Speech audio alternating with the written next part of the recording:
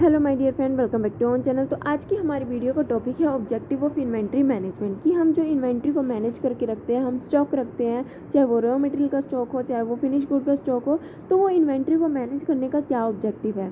अब ऐसा नहीं है कि हम जितना मन चाहे उतना स्टॉक बना सकते हैं, ठीक है, ऐसा नहीं होता। हमें डिसाइड करना होगा कितना स्टॉक हमें अपने पास रखना है। ज़्यादा स्टॉक भी नहीं रख सकते, क्योंकि जो हम इन्वेंट्री को मैनेज करने की बात करते हैं तो उसमें कॉस्ट बहुत ज़्यादा आती है। चाहे वो वेयर हाउसिंग की कॉस्ट हो, चाहे वो हैंडलिंग कॉस्ट हो, चाहे वो मेंटेनेंस कॉस्ट हो, ठीक है, चाहे वो वेयर हाउसिंग की कॉस्ट हो या फिर इंश्योरेंस की कॉस्ट हो, किसी भी तरीके की कॉस्ट की अगर हम बात करें तो इन्वेंट्री को हैंडल करने में कॉस्ट बहुत ज़्यादा आती है। तो हमें डिसाइड करना होगा कि कितनी इन्वेंट्री हमारे पास होनी चाहिए। अगर हमारे पास इन्वेंट्री का स्टॉक नहीं है, इन्वेंट्री का स्टॉक नहीं होगा, तो हम कंटिन्यूस लेवल पे प्रोडक्शन नहीं कर पाएंगे, हम कस्टमर की डिमांड को फुलफ़िल नहीं कर पाएंगे। अगर कस्टमर की डिमांड फुलफ़िल नहीं होती, वो हमारे कॉम्पिटिटर की प्रोडक्ट पे शिफ्ट हो जाएंगे और हमारी प्रॉफिटेबिलिटी कम होगी। अगर एक्सेस हम इन्वेंट्री रखते हैं तो भी हमारी जो है वो कॉस्ट ज़्यादा आएगी। कॉस्ट ज़्यादा आएगी तो पर्टिकुलर प्रोडक्ट के प्राइस ज़्यादा होंगे और हमारे प्रॉफिट उस समय भी कम होगा, ठीक है। तो सबसे पहले क्या ऑब्जेक्टिव होता है इन्वेंट्री को मैनेज करने का? फर्स्ट है रिटर्न।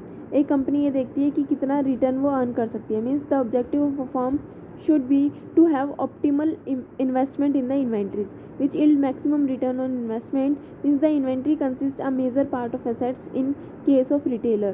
अब रिटेलर की अगर हम बात करते हैं तो रिटेलर क्या करते हैं, स्टॉक ही रखते हैं वो अपने पास डिफरेंट प्रोडक्ट का। तो कहीं ना कहीं वो क्या कर रहे हैं, इन्वेस्टमेंट कर रहे हैं। तो उनको इस तरीके से इन्वेस्टमेंट करनी चाहिए कि वो ज़्यादा से ज़्यादा रिटर्न जो है उससे अर्न कर सकें। इसके बाद आता है हमारा सेकंड पॉइंट, वो है रिस्क। रिस्क का क्या मतलब है? यहाँ पे एक जो है फॉर्मूला भी था, आपको ये फॉर्मूला याद करने की ज़रूरत नहीं है, सिर्फ आप थ्योरी लिख के आओगे तो आपको अच्छे खासे मार्क्स मिल जाएंगे। अगर फॉर्मूला गलत हो गया तो आपके मार्क्स कटने के चांसेस होते हैं। उसके बाद आता है रिस्क। रिस्क क्या कहते हैं? The risk which is related to the inventory face by the management of the firm is the possibility of stock out, ठीक है। In case of manufacturing firm, the product may be held up due to the non-availability of the raw material stores and thus lead to delay in delivery and loss of customers. So the firm should have optimum investment in the inventory. To quantifying the optimum level of inventory will not be difficult if the firm is able to estimate the annual consumption level and time required to replenish the stock precisely. This is possible in case of certain environment. However, the firm operating in an uncertain environment, thus the firm has to make most likely forecast, optimum forecast, pessimistic forecast to decide inventory level. It may follow a conservative policy or an aggressive policy. Firm will with aggressive management style may carry minimum safety stock, and the firm with conservative approach will carry higher level of inventory to avoid the possibility of stock out. Risk की अगर हम बात करें तो risk क्या कहते हैं? Risk हमेशा ये रहता है कि अगर मान लो हमारा स्टॉक नहीं रहा, हमारे पास स्टॉक नहीं हुआ, तो चांसेस है कि हमारे कस्टमर जो है हमसे दूर हो जाएंगे, वो हमारे कॉम्पिटिटर के प्रोडक्ट को ख़रीदने लग जाएंगे। अब क्या हुआ, हमारे पास स्टॉक नहीं है तो हो सकता है कि हमारी जो मैन्युफैक्चरिंग है वो रुक जाए। क्यों मैन्युफैक्चरिंग रुक जाए? हो सकता है कि उस समय रॉ मटेरियल मार्केट में अवेलेबल नहीं है, तो हम इमीडिएटली रॉ मटेरियल कहाँ से लेके आएंगे? अगर हमारे पास रॉ मटेरियल अवेलेबल नहीं है प्रोडक्शन करने के लिए और उस समय मार्केट में भी रॉ मटेरियल नहीं मिल रहा है, या फिर रॉ मटेरियल के प्राइस एकदम से बढ़ गए हैं, या फिर हो सकता है कि जिस समय हमने ऑर्डर दिया और रॉ मटेरियल हमारे पास इमीडिएटली नहीं आया, उसमें देरी हो गई, तो हो सकता है कि अगर लेट हो जाएगा तो कस्टमर को इमीडिएटली जो है प्रोडक्ट नहीं मिल पाएगा टाइम पे। इसलिए हमें क्या ज़रूरत है स्टॉक रखने की?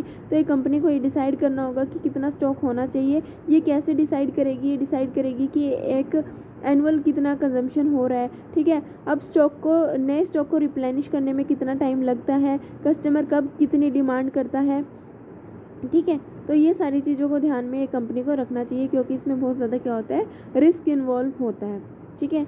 उसके बाद आता है risk and return trade off. Risk and return trade off का मतलब क्या है कि हम रिस्क ले रहे हैं, ठीक है, और साथ ही साथ हम इतना रिस्क लें कि हमें जो रिटर्न मिल रहा है वो क्या हो, हमारे लिए फ़ायदेमंद हो। The CFO of the firm has to make a risk return trade-off in the following context to decide how much safety stock level to maintain in order to avoid the stock out situation. It involves the analysis of the expected stock out cost and relevant carrying cost of safety stock. अब कहा गया है कि हमारे पास इतना जो है stock होना चाहिए कि ऐसी सिचुएशन ना आए कंपनी के पास कि उसकी मैन्युफैक्चरिंग रुक जाए या फिर उसके कस्टमर जो है उसके कॉम्पिटिटर के प्रोडक्ट पे स्विच कर ले। अब स्टॉक कितना होना चाहिए डिसाइड करना बहुत ज़्यादा ज़रूरी होता है। क्योंकि अगर हमारे पास ज़्यादा स्टॉक है तो कंपनी का प्रॉफिट जो है वो कम हो जाएगा, ठीक है, क्योंकि स्टॉक को मेंटेन करने की कॉस्ट बहुत ज़्यादा होती है। अगर कम स्टॉक है तो वो कस्टमर की डिमांड को फुलफ़िल नहीं कर पाएगी। तो मेन पॉइंट ये हो गया। सेकंड क्या कहते हैं, management situation on this dilemma will be discussed in the next section after the discussion of the various stock out level is to determine the inventory holding period, cash operating profit. तो यही था हमारा कि जो है risk और return trade off के बारे में हमें पता होना चाहिए कि हमारा रिस्क और रिटर्न जो है वो क्या हो सके, बैलेंस हो सके।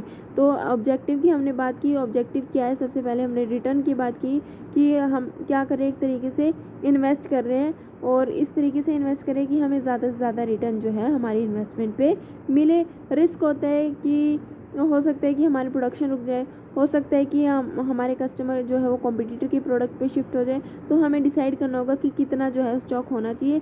रिस्क रिटर्न ट्रेड ऑफ होना चाहिए कि हम क्या कर रहे हैं, एक तरीके से रिस्क ले रहे हैं और उस रिस्क पे हमें कितना रिटर्न एक्चुअल में मिलेगा। अगर हमने ज़्यादा स्टॉक बना लिया तो कॉस्ट ज़्यादा आएगी और उसमें रिटर्न हमारा क्या होगा, कम होगा।